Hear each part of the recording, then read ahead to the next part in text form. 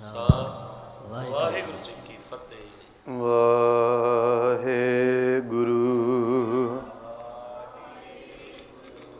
ਵਾਹਿਗੁਰੂ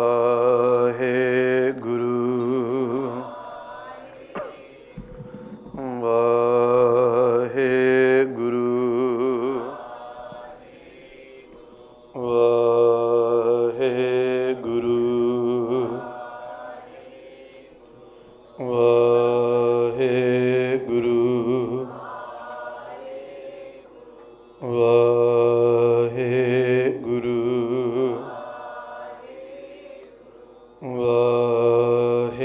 ਵਾਹਿਗੁਰੂ ਵਾਹਿਗੁਰੂ ਵਾਹਿਗੁਰੂ ਵਾਹਿਗੁਰੂ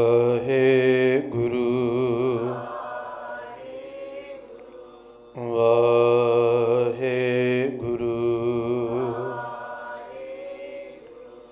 ਵਾਹਿਗੁਰੂ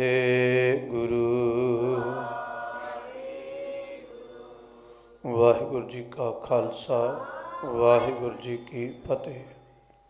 ਸਤਿਗੁਰੂ ਜੀ ਦੀ ਕਿਰਪਾ ਦੇ ਨਾਲ ਗੁਰੂ ਨਾਨਕ ਪਾਤਸ਼ਾਹ ਜੀ ਦੇ ਪਾਵਨ ਆਗਮਨ ਪੁਰਬ ਦਿਹਾੜੇ ਦੀ ਖੁਸ਼ੀ ਦੇ ਵਿੱਚ ਪ੍ਰਭਾਤ ਫੇਰੀਆਂ ਤੋਂ ਲੈ ਕਰਕੇ ਪਾਵਨ ਪ੍ਰਕਾਸ਼ ਪੁਰਬ ਤੱਕ ਜੋ ਕੁਝ ਦਿਨ ਦੇ ਵਾਸਤੇ ਲੜੀਵਾਰ ਵਿਚਾਰ ਨੂੰ ਰੋਕਿਆ ਗਿਆ ਸੀ, ਅੱਜ ਤੋਂ ਫਿਰ ਤੋਂ ਆਰੰਭ ਹੋ ਰਹੀ ਹੈ। ਆਪਾਂ ਗੁਰੂ ਕਿਰਪਾ ਦਾ ਸਦਕਾ ਜੋ ਪੰਜਵਾਂ ਪੈਰਾ ਹੈ, ਪ੍ਰਥਮੇ ਸਰਬੱਤ ਖਾਲਸਾ ਜੀ ਕੀ ਅਰਦਾਸ ਹੈ ਜੀ। ਸਰਬੱਤ ਖਾਲਸਾ ਜੀ ਕੋ ਵਾਹਿਗੁਰੂ ਵਾਹਿਗੁਰੂ ਵਾਹਿਗੁਰੂ ਚਿੱਤ ਆਵੇ। ਇਸ ਪੈਰੇ ਦੀ ਅਰਦਾਸ ਦੀ ਵਿਚਾਰ ਸੰਪੂਰਨ ਕੀਤੀ ਸੀ। ਅੱਜ ਦਾ ਜੋ ਅਗਲਾ ਪੈਰਾ ਹੈ, ਉਸ ਦੇ ਅੰਦਰ ਸਤਿਗੁਰੂ ਪਾਤਸ਼ਾਹ ਮਹਾਰਾਜ ਜੀ ਨੇ ਅਕਾਲ ਪੁਰਖ ਪਰਮਾਤਮਾ ਦੇ ਅੱਗੋਂ, ਪੂਰੇ ਗੁਰੂ ਦੇ ਅੱਗੋਂ ਸਾਨੂੰ ਅਰਦਾਸ ਦੇ ਵਿੱਚ ਕੀ ਮੰਗ ਰੱਖਣੀ ਹੈ, ਉਸ ਦੇ ਬਾਬਤ ਸਾਨੂੰ ਉਪਦੇਸ਼ ਦਿੱਤਾ ਹੈ ਅਰਦਾਸ ਦੇ ਅੰਦਰ। ਆਓ ਪਹਿਲਾਂ ਸਾਰੇ ਰਲ ਮਿਲ ਕਰਕੇ ਇਸ ਪੈਰੇ ਦਾ ਪਾਠ ਕਰੀਏ, ਫਿਰ ਜਿਵੇਂ ਸਤਿਗੁਰੂ ਜੀ ਸਮੱਤ ਬਖਸ਼ਣਗੇ ਰਲ ਮਿਲ ਕਰਕੇ ਵਿਚਾਰ ਕਰਦੇ ਹਾਂ ਜੀ। ਸਿੱਖਾਂ ਨੂੰ ਸਿੱਖੀ ਦਾਨ, ਕੇਸ ਦਾਨ, ਰਹਿਤ ਦਾਨ, ਵਿਵੇਕ ਦਾਨ, ਵਿਸਾਹ ਦਾਨ, ਭਰੋਸਾ ਦਾਨ, ਦਾਨਾ ਸਿਰ ਦਾਨ, ਨਾਮ ਦਾਨ, ਸ਼੍ਰੀ ਅੰਮ੍ਰਿਤਸਰ ਜੀ ਦੇ ਇਸ਼ਨਾਨ, ਚੌਂਕੀਆਂ ਝੰਡੇ ਬੁੰਗੇ, ਜੁਗੋ ਜੁਗ ਅਟਲ, ਧਰਮ ਕਾ ਜੈਕਾਰ, ਬੋਲੋ ਜੀ। ਇਸ ਪੈਰੇ ਦਾ ਪਹਿਲਾ ਅੱਖਰ ਹੈ ਸਿੱਖਾਂ ਨੂੰ ਸਿੱਖੀ ਦਾਨ। ਵੈਸੇ ਤਾਂ ਅਸੀਂ ਸਾਰੇ ਹੀ ਸਿੱਖ ਹਾਂ, ਸਿੱਖਾਂ ਦੇ ਘਰ ਸਾਡਾ ਜਨਮ ਹੋਇਆ ਹੈ, ਪਰ ਜਿਵੇਂ ਡਾਕਟਰ ਦੇ ਘਰ ਕੋਈ ਪੈਦਾ ਹੋ ਕੇ ਜਨਮ ਤੋਂ ਡਾਕਟਰ ਨਹੀਂ ਹੋ ਸਕਦਾ, ਵਕੀਲ ਦੇ ਘਰ ਪੈਦਾ ਹੋ ਕੇ ਜਨਮ ਤੋਂ ਵਕੀਲ ਨਹੀਂ ਮੰਨਿਆ ਜਾ ਸਕਦਾ, ਸਿੱਖ ਵੀ ਕੇਵਲ ਸਿੱਖਾਂ ਦੇ ਘਰ ਪੈਦਾ ਹੋਣ ਦੇ ਨਾਲ ਨਹੀਂ ਮੰਨਿਆ ਜਾ ਸਕਦਾ। ਸਿੱਖਾਂ ਦਾ ਬੱਚਾ ਹੋ ਸਕਦਾ ਹੈ, ਬੱਚੀ ਹੋ ਸਕਦੀ ਹੈ, ਪਰ ਜਿਹੜੀ ਜੀਵਨ ਦੀ ਕਦਰ ਪੈਣੀ ਹੈ ਜਾਂ ਕੀਮਤ ਹੈ, ਉਹ ਸਾਨੂੰ ਸਿੱਖੀ ਆਪ ਕਮਾਉਣੀ ਪਵੇਗੀ। ਸਾਡੇ ਜੀਵਨ ਦੇ ਅੰਦਰ ਸਿੱਖੀ ਹੋਵੇਗੀ ਤਾਂ ਅਸੀਂ ਸਿੱਖ ਹਾਂ। ਕੇਵਲ ਸਿੱਖਾਂ ਦੇ ਘਰ ਪੈਦਾ ਹੋਣ ਦੇ ਨਾਲ ਅਸੀਂ ਸਿੱਖ ਨਹੀਂ ਹੋ ਸਕਦੇ। ਸਤਿਗੁਰੂ ਪਾਤਸ਼ਾਹ ਮਹਾਰਾਜ ਜੀ ਨੇ ਸਿੱਖੀ ਕਮਾਉਣ ਦੇ ਵਾਸਤੇ ਸਾਨੂੰ ਪਾਵਨ ਬਾਣੀ ਦੇ ਅੰਦਰ ਵੀ ਬੇਅੰਤ ਉਪਦੇਸ਼ ਦਿੱਤੇ ਹਨ। ਭਾਈ ਗੁਰਦਾਸ ਜੀ, ਜਿਨ੍ਹਾਂ ਨੂੰ ਸਿੱਖੀ ਦੇ ਵੇਦ ਵਿਆਸ ਵੀ ਕਿਹਾ ਜਾਂਦਾ ਹੈ, ਜਿਨ੍ਹਾਂ ਦੀ ਰਚਨਾ ਨੂੰ ਧੰਨ ਸ਼੍ਰੀ ਗੁਰੂ ਗ੍ਰੰਥ ਸਾਹਿਬ ਪਾਤਸ਼ਾਹ ਜੀ ਦੀ ਕੁੰਜੀ ਕਹਿ ਕੇ ਵੀ ਧੰਨ ਗੁਰੂ ਅਰਜਨ ਦੇਵ ਪਾਤਸ਼ਾਹ ਮਹਾਰਾਜ ਜੀ ਨੇ ਨਿਵਾਜਿਆ ਹੈ, ਉਹਨਾਂ ਨੇ ਆਪਣੀਆਂ ਕਵਿਤਾਂ ਦੇ ਅੰਦਰ ਸਿੱਖੀ ਦੀਆਂ ਜਿਹੜੀਆਂ ਨਿਸ਼ਾਨੀਆਂ ਹਨ ਉਹ ਦੱਸੀਆਂ ਹਨ। ਪਹਿਲਾਂ ਆਪਾਂ ਉਸ ਕਵਿਤ ਨੂੰ ਪੜ੍ਹਦੇ ਹਾਂ, ਫਿਰ ਇਸ ਵਿਸ਼ੇ 'ਤੇ ਰਲ ਮਿਲ ਕਰਕੇ ਵਿਚਾਰ ਕਰਾਂਗੇ। ਭਾਈ ਗੁਰਦਾਸ ਜੀ ਕਿਰਪਾ ਕਰਦੇ ਹਨ। ਗੁਰਮੁਖ ਸੁਖ ਫਲ ਖਾਵਣਾ, ਦੁੱਖ ਸੁੱਖ ਸਮਕਰ ਔਚਰ ਚਰਣਾ, ਗੁਰ ਸਿੱਖੀ ਦਾ ਗਾਵਣਾ ਅੰਮ੍ਰਿਤ ਬਾਣੀ ਨਿਝਰ ਝਰਣਾ। ਗੁਰ ਸਿੱਖੀ ਧੀਰਜ ਧਰਮ ਪਿਰਮ ਪਿਆਲਾ ਅਜਰ ਜਰਣਾ, ਗੁਰ ਸਿੱਖੀ ਦਾ ਸੰਜਮੋ ਡਰ ਨਿਡਰ ਨਿਡਰ ਮੁਚ ਡਰਣਾ। ਗੁਰ ਸਿੱਖੀ ਮਿਲ ਸਾਧ ਸੰਗ ਸ਼ਬਦ ਸੁਰਤ ਜਗ ਦੁੱਤਰ ਤਰਨਾ, ਗੁਰ ਸਿੱਖੀ ਦਾ ਕਰਮ ਇਹ ਗੁਰ ਫਰਮਾਏ ਗੁਰ ਸਿੱਖ ਕਰਨਾ। ਗੁਰ ਕਿਰਪਾ ਗੁਰੂ ਸਿੱਖ ਗੁਰ ਸ਼ਰਣਾ। ਭਾਵ ਗੁਰੂ ਦੀ ਕਿਰਪਾ ਹੋਵੇਗੀ ਤੇ ਅਸੀਂ ਗੁਰੂ ਦੀ ਸ਼ਰਨ ਵਿੱਚ ਆਵਾਂਗੇ ਤੇ ਸਾਨੂੰ ਗੁਰੂ ਦੀ ਸਿੱਖੀ ਜਿਹੜੀ ਹੈ ਉਹ ਪ੍ਰਾਪਤ ਹੋਵੇਗੀ। ਗੁਰੂ ਦੀ ਕਿਰਪਾ ਤੋਂ ਬਿਨਾਂ ਜਿਹੜੀ ਸਿੱਖੀ ਦੀ ਦਾਤ ਹੈ ਉਹ ਸਾਨੂੰ ਪ੍ਰਾਪਤ ਨਹੀਂ ਹੋ ਸਕਦੀ। ਸਿੱਖਾਂ ਦੇ ਘਰ ਜਨਮ ਹੋ ਸਕਦਾ ਹੈ ਪਰ ਸਿੱਖੀ ਗੁਰੂ ਦੀ ਕਿਰਪਾ ਦੇ ਨਾਲ ਮਿਲੇਗੀ। ਅਸੀਂ ਪਿੱਛੇ ਇਤਿਹਾਸ ਪੜ੍ਹ ਕੇ ਆਏ ਹਾਂ ਭਾਈ ਤਾਰੂ ਸਿੰਘ ਜੀ ਦਾ, ਜਿਨ੍ਹਾਂ ਦੀ ਖੋਪੜੀ ਉਤਾਰੀ ਗਈ ਸੀ। ਉਹਨਾਂ ਦੀ ਸ਼ਿਕਾਇਤ ਕਰਨ ਵਾਲਾ ਹਰ ਭਗਤ ਨਿਰੰਜਣੀਆਂ ਸੀ ਤੇ ਹਰ ਭਗਤ ਨਿਰੰਜਣੀਆਂ ਜਿਸ ਗੱਦੀ ਦੇ ਉੱਤੇ ਬੈਠਾ ਸੀ ਉਹ ਗੱਦੀ ਭਾਈ ਹੰਦਾਲ ਜੀ ਦੇ ਨਾਂ 'ਤੇ ਚੱਲਦੀ ਸੀ ਤੇ ਭਾਈ ਹੰਦਾਲ ਜੀ ਨੂੰ ਧੰਨ ਗੁਰੂ ਅਮਰਦਾਸ ਪਾਤਸ਼ਾਹ ਜੀ ਨੇ ਪ੍ਰਚਾਰਕ ਥਾਪਿਆ ਸੀ। ਸਿੱਖੀ ਦਾ ਸਿੱਖ ਪ੍ਰਚਾਰਕ ਦੀ ਮੰਜੀ ਦਿੱਤੀ ਸੀ। ਭਾਵ ਭਾਈ ਹੰਦਾਲ ਜੀ ਨੂੰ ਤੇ ਗੁਰੂ ਦੇ ਵੱਲੋਂ ਸਿੱਖੀ ਪ੍ਰਾਪਤ ਹੋ ਗਈ, ਪਰ ਉਸਦੇ ਘਰ ਅਗਾਂਹ ਪੈਦਾ ਹੋਣ ਵਾਲੇ ਪੁੱਤ ਪੋਤਰਿਆਂ ਨੇ ਸਿੱਖੀ ਨਹੀਂ ਕਮਾਈ ਤੇ ਉਹਨਾਂ ਨੇ ਉਹ ਸਿੱਖ ਵੀ ਨਹੀਂ ਅਖਵਾ ਸਕੇ। ਤੇ ਇਹੋ ਜਿਹਾ ਸਮਾਂ ਆ ਗਿਆ ਸੀ ਕਿ ਉਹਨਾਂ ਨੇ ਸਿੱਖਾਂ ਦੀਆਂ ਇਨ ਸ਼ਿਕਾਇਤਾਂ ਕਰਕੇ ਸਿੱਖਾਂ ਨੂੰ ਹੀ ਮਾਰ ਮੁਕਾਇਆ। ਭਾਈ ਤਾਰੂ ਸਿੰਘ ਜੀ ਦੀ ਸ਼ਿਕਾਇਤ ਕਰਨ ਵਾਲਾ ਭਗਤ ਹਰ ਭਗਤ ਨਿਰੰਜਣੀਆਂ ਸੀ ਤੇ ਉਹ ਸਿੱਖ ਪ੍ਰਚਾਰਕ ਦੀ ਗੱਦੀ ਦੇ ਉੱਤੇ ਹੀ ਉਸ ਤੋਂ ਬਾਅਦ ਉਸ ਦਾ ਉੱਤਰਾਧਿਕਾਰੀ ਹੋ ਕੇ ਬੈਠਾ ਸੀ। ਭਾਵ ਸਿੱਖੀ ਕੇਵਲ ਸਿੱਖ ਦੇ ਘਰ ਰਹਿਣ ਦੇ ਨਾਲ ਜਾਂ ਪੈਦਾ ਹੋਣ ਦੇ ਨਾਲ ਨਹੀਂ, ਸਿੱਖੀ ਗੁਰੂ ਦੀ ਕਿਰਪਾ ਦੇ ਨਾਲ ਸਾਨੂੰ ਪ੍ਰਾਪਤ ਹੋਵੇਗੀ। ਸਿੱਖ ਧਰਮ ਗੁਰੂ ਨਾਨਕ ਪਾਤਸ਼ਾਹ ਮਹਾਰਾਜ ਜੀ ਤੋਂ ਸ਼ੁਰੂ ਹੋਇਆ, ਜਿਨ੍ਹਾਂ ਦਾ ਆਪਾਂ ਪਰਸੋਂ ਪਾਵਨ ਪ੍ਰਕਾਸ਼ ਪੁਰਬ ਦਿਹਾੜਾ ਮਨਾ ਕੇ ਹਟੇ ਹਾਂ। ਤੇ ਸਿੱਖ ਧਰਮ ਦੀ ਜਿਹੜੀ ਰਹਿਣੀ ਸਹਿਣੀ ਹੈ, ਰਹੁ ਰੀਤ ਹੈ, ਉਸੇ ਦਾ ਹੀ ਨਾਮ ਸਿੱਖੀ ਹੈ। ਜੇ ਅਸੀਂ ਉਹਨਾਂ ਉਪਦੇਸ਼ਾਂ ਦੇ ਅਨੁਸਾਰ ਹੀ ਚੱਲਦੇ ਹਾਂ, ਜਿਵੇਂ ਅਸੀਂ ਭਾਈ ਗੁਰਦਾਸ ਜੀ ਦੀ ਇਸ ਵਾਰ ਨੂੰ ਪੜ੍ਹਿਆ ਹੈ ਕਿ ਜੋ ਗੁਰੂ ਨੇ ਬਚਨ ਕੀਤਾ ਹੈ ਉਸ ਗੁਰੂ ਦੇ ਬਚਨ ਨੂੰ ਆਪਣੇ ਜੀਵਨ ਦੇ ਅੰਦਰ ਕਮਾਉਣਾ ਹੈ। ਜੇ ਕਮਾਵਾਂਗੇ ਤੇ ਗੁਰੂ ਦੇ ਸਿੱਖ ਹਾਂ, ਜੇ ਗੁਰੂ ਦਾ ਬਚਨ ਨਹੀਂ ਕਮਾਵਾਂਗੇ ਤੇ ਗੁਰੂ ਤੋਂ ਬੇਮੁਖ ਹਾਂ। ਸਿੱਧਾ ਸਿੱਧਾ ਰਸਤਾ ਸਾਨੂੰ ਗੁਰੂ ਨਾਨਕ ਪਾਤਸ਼ਾਹ ਜੀ ਨੇ ਦ੍ਰਿੜ ਕਰਵਾਇਆ ਹੈ। ਤੇ ਜਿਹੜੀ ਸਿੱਖੀ ਹੈ ਉਹ ਕਿਸੇ ਵਿਖਾਵੇ ਦਾ ਨਾਮ ਨਹੀਂ ਹੈ। ਸਿੱਖੀ ਨਿਮਰਤਾ ਦਾ, ਸੇਵਾ ਦਾ, ਸਿਮਰਨ ਆਦਿ ਗੁਣਾਂ ਦਾ ਸਮੂਹ ਹੈ।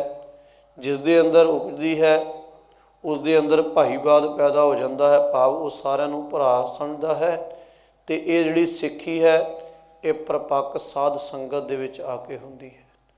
ਜਿੰਨਾ ਚਿਰ ਅਸੀਂ ਸਾਧ ਸੰਗਤ ਨਹੀਂ ਕਰਾਂਗੇ ਤੇ ਸਾਡੇ ਅੰਦਰ ਪ੍ਰੇਮ ਅਕਾਲ ਪੁਰਖ ਪਰਮਾਤਮਾ ਦੇ ਨਾਲ ਪੈਦਾ ਨਹੀਂ ਹੋਵੇਗਾ। ਸਾਧ ਸੰਗਤ ਬਿਨਾ ਭਾਵ ਨਹੀਂ ਉਪਜੈ, ਭਾਵ ਬਿਨ ਭਗਤ ਨ ਹੋਏ ਤੇਰੀ। ਜਿਹੜੀ ਪਰਪੱਕਤਾ ਹੈ ਉਹ ਸਾਨੂੰ ਸਾਧ ਸੰਗਤ ਦੇ ਵਿੱਚ ਆ ਕੇ ਮਿਲਣੀ ਹੈ। ਇਹ ਜਿਹੜੀਆਂ ਨਿਸ਼ਾਨੀਆਂ ਹਨ ਇਹ ਇਤਿਹਾਸ ਦੇ ਵਿੱਚੋਂ ਪਤਾ ਲੱਗਦੀਆਂ ਨੇ। ਭਾਈ ਫੇਰਣਾ ਜੀ ਤੇ ਭਾਈ ਜੋਧ ਜੀ ਨੇ ਗੁਰੂ ਨਾਨਕ ਪਾਤਸ਼ਾਹ ਜੀ ਨੂੰ ਸਵਾਲ ਕੀਤਾ ਕਿ ਪਾਤਸ਼ਾਹ ਜੀ ਸਿੱਖੀ ਦੀ ਪ੍ਰਾਪਤੀ ਕਿਵੇਂ ਹੋਵੇਗੀ। ਤੇ ਗੁਰੂ ਨਾਨਕ ਪਾਤਸ਼ਾਹ ਮਹਾਰਾਜ ਜੀ ਨੇ ਕਿਰਪਾ ਕੀਤੀ ਕਿ ਸਿੱਖੀ ਜਿਹੜੀ ਹੈ ਉਹ ਮਨ ਨੀਵੇਂ ਦੇ ਘਰ ਵਿੱਚ ਪ੍ਰਾਪਤ ਹੁੰਦੀ ਹੈ। ਭਾਵ ਜਦੋਂ ਅਸੀਂ ਨਿਮਰਤਾ ਵਾਲਾ ਜੀਵਨ ਬਤੀਤ ਕਰਾਂਗੇ ਤਾਂ ਸਾਡੇ ਅੰਦਰ ਸਿੱਖੀ ਜਿਹੜੀ ਹੈ ਉਹ ਪੈਦਾ ਹੋਣੀ ਸ਼ੁਰੂ ਹੋਵੇਗੀ। ਤੇ ਨਾਲ ਇਹ ਉਪਦੇਸ਼ ਕੀਤਾ ਪਾਤਸ਼ਾਹ ਜੀ ਨੇ ਕਿ ਮਨ ਨੀਵੇਂ ਦੇ ਨਾਲ ਸਿੱਖੀ ਪ੍ਰਾਪਤ ਹੁੰਦੀ ਹੈ। ਜੋ ਤੁਹਾਡੇ ਕੋਲੋਂ ਸਰੀਰ ਵਜੋਂ ਕਿਸੇ ਗੁਰਸਿੱਖ ਦੀ ਆਏ ਦੀ ਸੇਵਾ ਹੋ ਸਕੇ ਉਹ ਸੇਵਾ ਕਰਨੀ। ਪਿਛਲ ਰਾਤ ਉੱਠ ਕੇ, ਭਾਵ ਅੰਮ੍ਰਿਤ ਵੇਲੇ ਜਦੋਂ ਤੀਜਾ ਪਹਿਰ ਹੋਵੇ, ਚੌਥਾ ਪਹਿਰ ਹੋਵੇ ਰਾਤ ਦਾ, ਉਸ ਸਮੇਂ ਤੋਂ ਪਹਿਲਾਂ ਉੱਠ ਕੇ ਇਸ਼ਨਾਨ ਕਰਨਾ ਤੇ ਗੁਰੂ ਸ਼ਬਦ ਦਾ ਅਭਿਆਸ ਕਰਨਾ। ਅਕਾਲ ਪੁਰਖ ਪਰਮਾਤਮਾ ਨੂੰ ਆਪਣਾ ਮਾਲਕ ਜਾਣਨਾ ਤੇ ਆਪਣੇ ਆਪ ਨੂੰ ਸਦਾ ਹੀ ਉਸ ਦਾ ਸੇਵਕ ਕਰਕੇ ਜਾਣਨਾ। ਸਾਧ ਸੰਗਤ ਵਿੱਚ ਜਾ ਕੇ ਪ੍ਰੀਤ ਕਰਕੇ ਗੁਰੂ ਦਾ ਸ਼ਬਦ ਸੁਣਨਾ ਤੇ ਆਪਸ ਵਿੱਚ ਬਾਣੀ ਦਾ ਮੰਨਣ ਕਰਨਾ। ਭਾਵ ਸਾਧ ਸੰਗਤ ਵਿੱਚ ਬੈਠ ਕੇ ਗੁਰੂ ਦਾ ਸ਼ਬਦ ਸੁਣਨਾ, ਗੁਰੂ ਦੇ ਸ਼ਬਦ ਨੂੰ ਆਪਣੇ ਜੀਵਨ ਦੇ ਅੰਦਰ ਕਮਾਉਣ ਦੀਆਂ ਵਿਚਾਰਾਂ ਕਰਨੀਆਂ। ਇਹ ਸਿੱਖੀ ਨੂੰ ਅਪਣਾਉਣ ਦਾ ਤਰੀਕਾ ਹੈ। ਇੰਨਾ ਕੁਝ ਕਰਨ ਤੋਂ ਬਾਅਦ ਗੁਰੂ ਮਿਹਰਬਾਨ ਹੋਵੇਗਾ ਤੇ ਸਾਨੂੰ ਸਿੱਖੀ ਦੀ ਦਾਤ ਪ੍ਰਾਪਤ ਹੋਵੇਗੀ। ਤੇ ਸਿੱਖੀ ਜਿਹੜੀ ਹੈ, ਸਿੱਖੀ ਸਿਧਾਂਤ ਧੰਨ ਗੁਰੂ ਅਮਰਦਾਸ ਪਾਤਸ਼ਾਹ ਮਹਾਰਾਜ ਜੀ ਦੀ ਪਾਵਨ ਬਾਣੀ ਦੇ ਅਨੁਸਾਰ 6 ਦਰਸ਼ਨ ਜਿਹੜੇ ਭਾਰਤ ਦੇਸ਼ ਦੇ ਅੰਦਰ ਉਸ ਵੇਲੇ ਚੱਲਦੇ ਸਨ ਕਿ ਖਟ ਦਰਸ਼ਨ ਆਦੇਸ਼ ਕਰਾਈ। ਆਪਾਂ ਪਹਿਲਾਂ ਭਾਈ ਗੁਰਦਾਸ ਜੀ ਦੀਆਂ 12 ਦੇ ਵਿੱਚ ਵੀ ਪੜ੍ਹਦੇ ਹਾਂ। ਪਿੱਛੇ ਸੋਹਿਲਾ ਸਾਹਿਬ ਜੀ ਦੀ ਬਾਣੀ ਦੇ ਅੰਦਰ ਵੀ ਪੜ੍ਹਿਆ ਹੈ ਕਿ 6 ਕਰ 6 ਗੁਰ 6 ਉਪਦੇਸ਼। ਇਹ ਜਿਹੜੇ 6 ਦਰਸ਼ਨ ਹਨ, ਇਹਨਾਂ ਤੋਂ ਵੀ ਗੁਰਸਿੱਖੀ ਦੀ ਰਹੁ ਰੀਤ ਜਿਹੜੀ ਹੈ ਉਹ ਉੱਚੀ ਹੈ।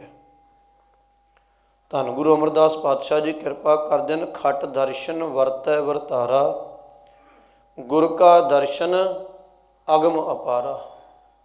ਜਿਹੜਾ ਗੁਰੂ ਦਾ ਦਰਸ਼ਨ, ਗੁਰੂ ਦੀ ਸਿੱਖੀ ਹੈ, ਇਹਨਾਂ 6 ਦਰਸ਼ਨਾਂ ਤੋਂ ਅਗੰਮ ਹੈ, ਭਾਵ ਉੱਚੀ ਵੀ ਹੈ ਤੇ ਬਹੁਤ ਵੱਡੀ ਵੀ ਹੈ। ਗੁਰ ਕੈ ਦਰਸ਼ਨ ਮੁਕਤਗਤ ਹੋਏ, ਸਾਚਾ ਆਪ ਵਸੈ ਮਨ ਸੋਏ। ਗੁਰੂ ਦੀ ਸਿੱਖੀ ਪ੍ਰਾਪਤ ਕਰਨ ਦੇ ਨਾਲ, ਗੁਰੂ ਦਾ ਉਪਦੇਸ਼ ਕਮਾਉਣ ਦੇ ਨਾਲ ਮੁਕਤੀ ਦੀ ਪ੍ਰਾਪਤੀ ਹੁੰਦੀ ਹੈ। ਸਾਚਾ ਆਪ ਵਸੈ ਮਨ ਆਏ, ਉਹ ਅਕਾਲ ਪੁਰਖ ਪਰਮਾਤਮਾ ਸੱਚੇ ਪ੍ਰਭੂ ਦਾ ਵੀ ਹਿਰਦੇ ਦੇ ਅੰਦਰ ਵਾਸਾ ਹੋ ਜਾਂਦਾ ਹੈ। ਸਿੱਖੀ ਐਡੀ ਉੱਚੀ ਹੈ ਜੇ ਅਸੀਂ ਕਮਾ ਲਈਏ। ਤੇ ਸਿੱਖੀ ਕਿਸੇ ਵਿਸ਼ੇਸ਼ ਵਿਅਕਤੀ ਦੇ ਵਾਸਤੇ ਜਾਂ ਕਿਸੇ ਵਿਸ਼ੇਸ਼ ਕੁਲ ਦੇ ਵਾਸਤੇ ਜਾਂ ਕਿਸੇ ਜਾਤ ਦੇ ਵਾਸਤੇ ਨਹੀਂ ਹੈ। ਸਿੱਖੀ ਜਿਹੜੀ ਹੈ ਉਹ ਜੀਵਨ ਜਾਚ ਦੇ ਵਾਸਤੇ, ਜਿਹੜਾ ਕਮਾਵੇਗਾ ਉਹ ਹੀ ਸਿੱਖ ਹੋਵੇਗਾ। ਭਾਈ ਚੌਂਪਾ ਸਿੰਘ ਜੀ ਹੋਏ ਹਨ ਜਿਨ੍ਹਾਂ ਦੇ ਰਹਿਤ ਨਾਮਿਆਂ ਨੂੰ ਸਿੱਖੀ ਦੇ ਵਿੱਚ ਬਹੁਤ ਮਹੱਤਤਾ ਹੈ ਕਿ ਉਹਨਾਂ ਨੇ ਗੁਰੂ ਸਾਹਿਬ ਦੇ ਹਜ਼ੂਰੀ ਸਿੰਘ ਸਨ ਤੇ ਉਹਨਾਂ ਨੇ ਜਿਹੜੀ ਮਰਿਆਦਾ ਗੁਰੂ ਪਾਤਸ਼ਾਹ ਜੀ ਉਸ ਵੇਲੇ ਦੱਸਦੇ ਸਨ, ਉਸ ਨੂੰ ਆਪਣੀ ਕਵਿਤਾ ਦੇ ਵਿੱਚ ਅੰਕਿਤ ਕੀਤਾ ਹੈ, ਆਪਣੀਆਂ ਲਿਖਤਾਂ ਦੇ ਵਿੱਚ। ਤੇ ਭਾਈ ਚੌਂਪਾ ਸਿੰਘ ਜੀ ਨੇ ਸਿੱਖ ਰਹਿਤਨਾਮੇ ਦੇ ਵਿੱਚ ਵਿਸਥਾਰ ਪੂਰਵਕ ਸਿੱਖੀ ਦੇ ਗੁਣਾਂ ਦੀ ਜਿਹੜੀ ਹੈ ਉਹ ਵਿਚਾਰ ਦੱਸੀ ਹੈ ਕਿ ਸਿੱਖ ਕਿਹੋ ਜਿਹਾ ਹੋਣਾ ਚਾਹੀਦਾ ਹੈ। ਸਿੱਖੀ ਕੇਸਾਂ ਸੁਆਸਾਂ ਕੇ, ਚਰਚਾ ਸ਼ਬਦ ਕਾ, ਫਲ ਸੰਗਤ ਕਾ, ਬੀਜ ਕਰਮਾਂ ਕਾ, ਵਿਚਾਰ ਗੁਰਮਤ ਕਾ, ਕਿਰਤ ਧਰਮ ਕੀ, ਹਥਿਆਰ ਜਤ ਕਾ, ਵਾਕ ਸਤ ਕਾ, ਭਾਗ ਪੂਰਵ ਕਾ, ਜਸ ਦੇਖ ਕਾ, ਪੂਜਾ ਅਕਾਲ ਕੀ, ਦੂਜਾ ਸ਼ਸਤਰ ਕੀ। ਪਹਿਲੀ ਪੂਜਾ ਅਕਾਲ ਪੁਰਖ ਪਰਮਾਤਮਾ ਦੀ ਤੇ ਦੂਜੀ ਸ਼ਸਤਰ ਦੀ, ਕਿਉਂਕਿ ਜਿਹੜਾ ਸ਼ਸਤਰ ਵੀ ਹੈ ਉਹ ਵੀ ਅਕਾਲ ਪੁਰਖ ਪਰਮਾਤਮਾ ਦੀ ਸ਼ਕਤੀ ਦਾ ਜਿਹੜਾ ਹੈ ਪ੍ਰਤੀਤ ਹੈ, ਪ੍ਰਤੀਕ ਹੈ। ਅਰਦਾਸ ਦੀ ਆਰੰਭਤਾ ਵੀ ਅਸੀਂ ਪ੍ਰਥਮ ਭਗਉਤੀ ਸਿਮਰ ਕੈ ਗੁਰੂ ਨਾਨਕ ਲਈ ਧਿਆਏ ਤੋਂ ਕਰਦੇ ਹਾਂ। ਭਗਉਤੀ ਵੀ ਕਿਰਪਾਨ ਹੈ, ਸ਼ਸਤਰ ਹੈ। ਚੌਪਈ ਸਾਹਿਬ ਦਾ ਪਾਠ ਕਰਕੇ ਆਏ ਹਾਂ। ਸ਼੍ਰੀ ਅਸਤੋਜਾ ਭੈ ਦਿਆਲਾ, ਇਹ ਅਸੀਂ ਪੰਕਤੀਆਂ ਪੜ੍ਹਦੇ ਹਾਂ। ਸੀਰਸ ਕੀਤ ਜਗਤ ਕੇ ਈਸ਼ਾ, ਖੜ੍ਹ ਕੀਤ ਮੈਂ ਸ਼ਰਨ ਤਿਹਾਰੀ। ਇਹ ਸਾਰੀਆਂ ਅਕਾਲ ਪੁਰਖ ਪਰਮਾਤਮਾ ਦੇ ਸ਼ਸਤਰ ਰੂਪ ਦੀਆਂ ਪਾਤਸ਼ਾਹ ਜੀ ਨੇ ਵਡਿਆਈਆਂ ਲਿਖੀਆਂ ਹਨ। ਤੇ ਇਸ ਲਈ ਇੱਕ ਅਕਾਲ ਪੁਰਖ ਪਰਮਾਤਮਾ ਦੀ ਤੇ ਦੂਸਰੀ ਸ਼ਸਤਰ ਦੀ ਪੂਜਾ ਸਿੱਖ ਨੇ ਕਰਨੀ ਹੈ। ਸਾਖ ਪੁੰਨ ਕੀ, ਖੁਸ਼ਬੋਈ ਸਿੱਖੀ ਕੀ, ਸੋਭਾ ਸੇਵਾ ਕੀ, ਸ਼੍ਰੀ ਬਚਨ ਕੀ, ਲਾਜ ਨੈਣ ਕੀ, ਹਿਆ ਅੱਖ ਕੀ, ਘੁੰਡ ਪਰ ਨਾਰਕਾ, ਗ੍ਰਸਤ ਭਲੀ ਨਾਰਕਾ। ਪਰ ਇਸਤਰੀ ਤੋਂ ਤਿਆਗ ਕਰਨਾ ਤੇ ਸੁਹਾਗਣ ਦਾ ਜਿਹੜਾ ਘੁੰਡ ਹੈ ਉਹ ਹੈ ਪਤੀਵਰਤਾ ਹੋਣਾ। ਰਹਿਣਾ ਹਜੂਰੀ ਕਾ, ਮੰਨਣਾ ਕੁਲ ਕਾ, ਹੁਕਮ ਗੁਰੂ ਕਾ, ਸੇਵਕੀ ਸਿੱਖੀ ਕੀ, ਆਗਿਆ ਗ੍ਰੰਥ ਕੀ, ਦੀਦਾਰ ਖਾਲਸੇ ਕਾ, ਜਾਗਣਾ ਹਰ ਜਸ ਕਾ, ਇਸ਼ਨਾਨ ਕੇਸਾਂ ਕਾ, ਤਿਆਗਣਾ ਵਿਕਾਰਾਂ ਕਾ, ਬਰਤਨ ਸੁਚੇਤੀ ਕੀ, ਬੋਲਣਾ ਮਰਿਆਦਾ ਕਾ, ਰਹਿਤ ਹਿਰਦੇ ਕੀ। ਕੇਵਲ ਗੱਲਾਂ ਦੀ ਨਹੀਂ, ਮਨ ਕਰਕੇ ਭਾਵਨਾ ਕਰਕੇ ਵੀ ਰਹਿਤੀਏ ਬਣਨਾ ਹੈ। ਵਿਵੇਕ ਮੰਨਣ ਕਾ, ਸੇਵਾ ਸਿੱਖ ਕੀ, ਸਿੱਖ ਗੁਰੂ ਕਾ, ਪ੍ਰੀਤ ਗੁਰ ਭਾਈ ਕੀ, टहल माता पिता की, पढ़ना शौक का, गावना बैठ के, जीतना मन, गावना कंठ का, जीतना मन का, सरदारी टहल की, भाव अंदर का, वंड खाना हुंदे दा, भाव जे होवे ते सारियां दे नाल वंड के छकना है। जीतना मन का, मन का जितना जरूरी है।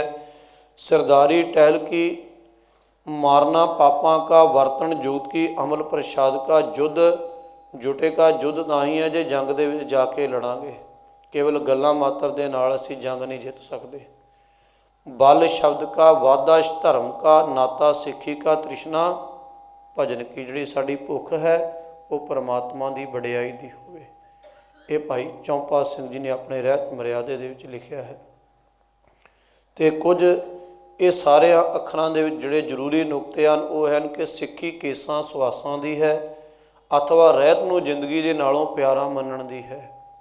पूजा एक अकाल पुरख परमात्मा की करनी है। उपजीविका धर्म की भाव किरत धर्म की करनी है। बिना प्रसाद तो सिख नूं किसी होर चीज़ का अमल नशा नहीं होना चाहिए।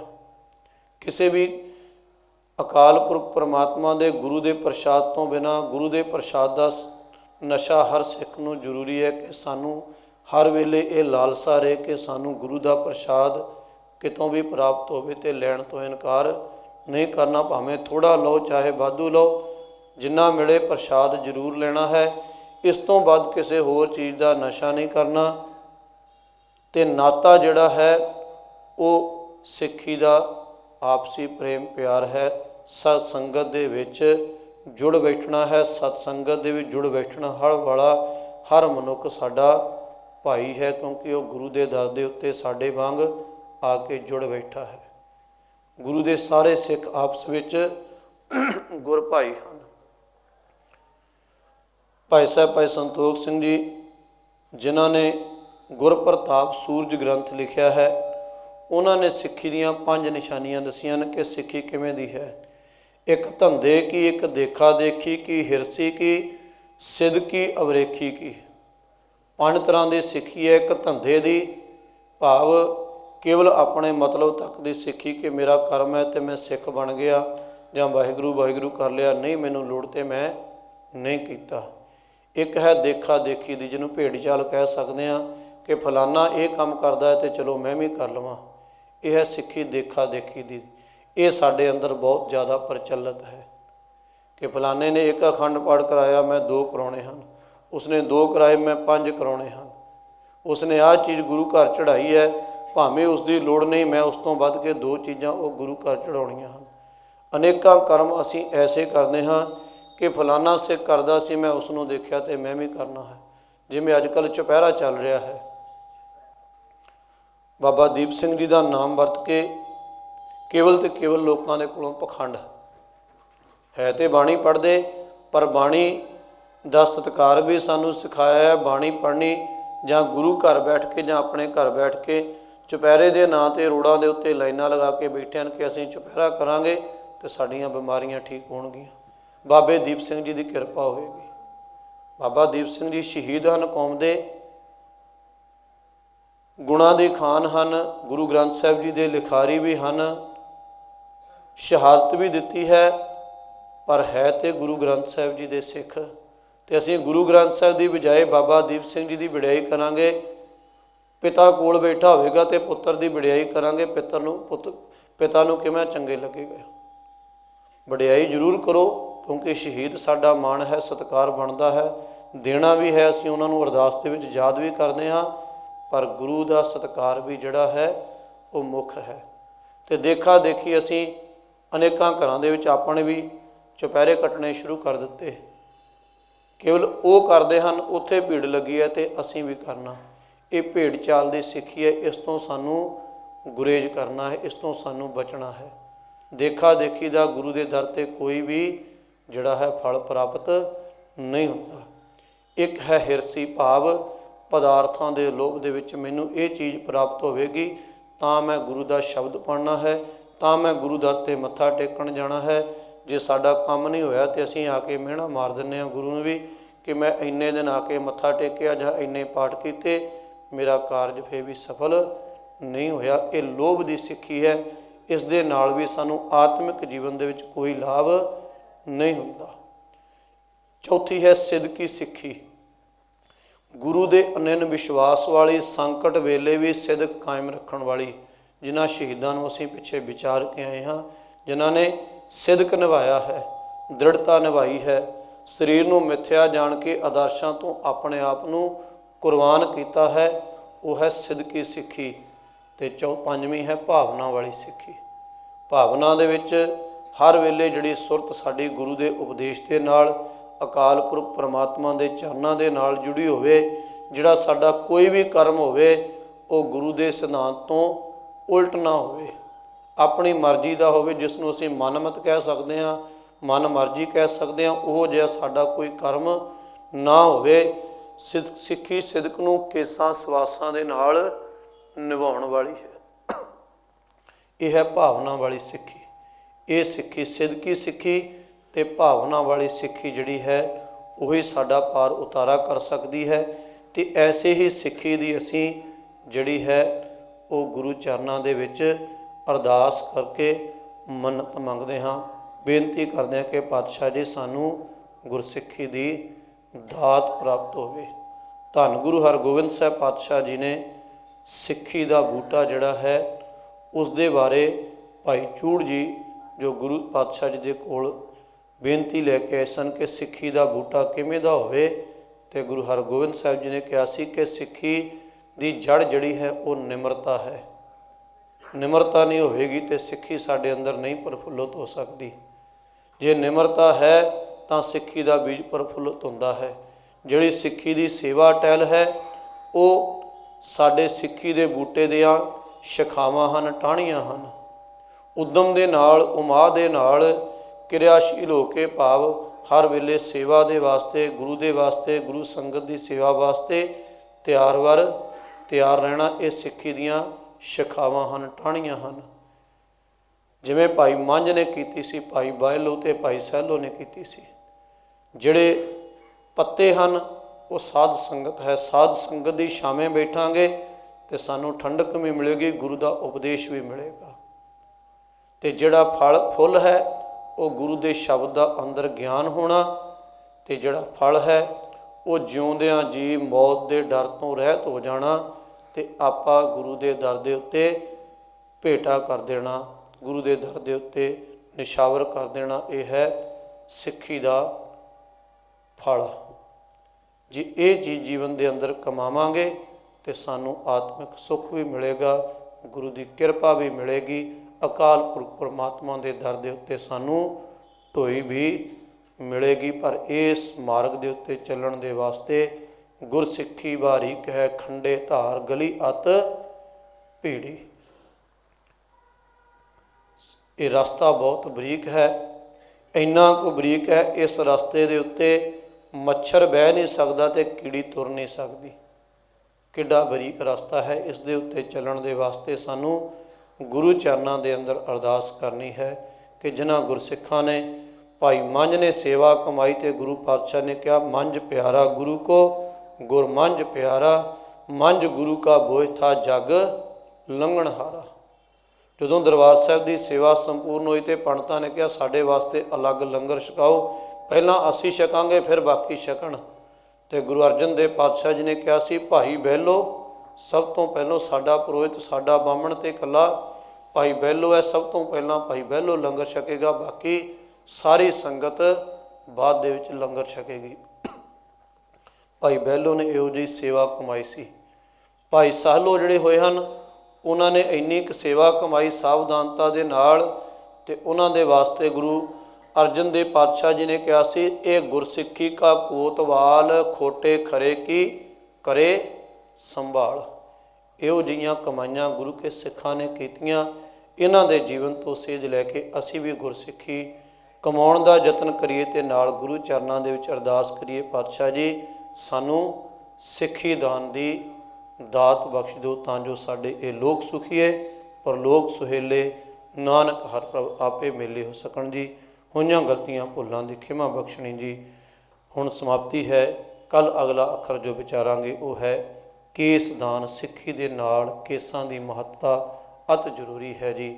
ਵਾਹਿਗੁਰੂ ਜੀ ਕਾ ਖਾਲਸਾ, ਵਾਹਿਗੁਰੂ ਜੀ ਕੀ ਫਤਿਹ।